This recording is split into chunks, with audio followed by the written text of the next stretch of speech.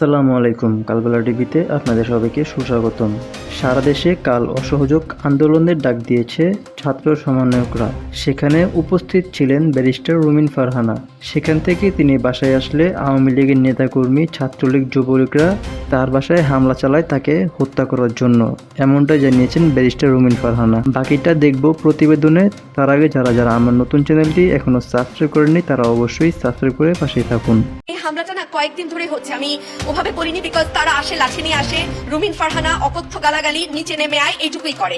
আজকে যেটা হয়েছে 11:30টা পৌনে 12টার সময় ওরা গেট এমন জোরে ঝাঁকি দিয়েছে যে আমার মনে হচ্ছে গেট ভেঙে ফেলবে। তারপর ওরা সবগুলো লাইট ভেঙে ফেলছে আমাদের গেটের। সিসিটিভি ক্যামেরা ছিল মার্কেটের, মাল্টিপ্ল্যান কম্পিউটার মার্কেট, ওই মার্কেটের সিসি ক্যামেরা ভেঙে ফেলছে।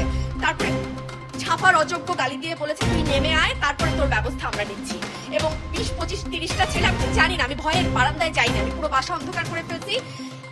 অন্ধকার করে আমি এখানে ছিলাম। আজকে আমি আমার বাচ্চাদের সাথে, আমার ছাত্রদের সাথে আমি কি বলবো, মানে একাত্মতা জানানোর জন্য আমি গিয়েছিলাম। আপনারা দেখেছেন আমি শহীদ মিনারে ছিলাম।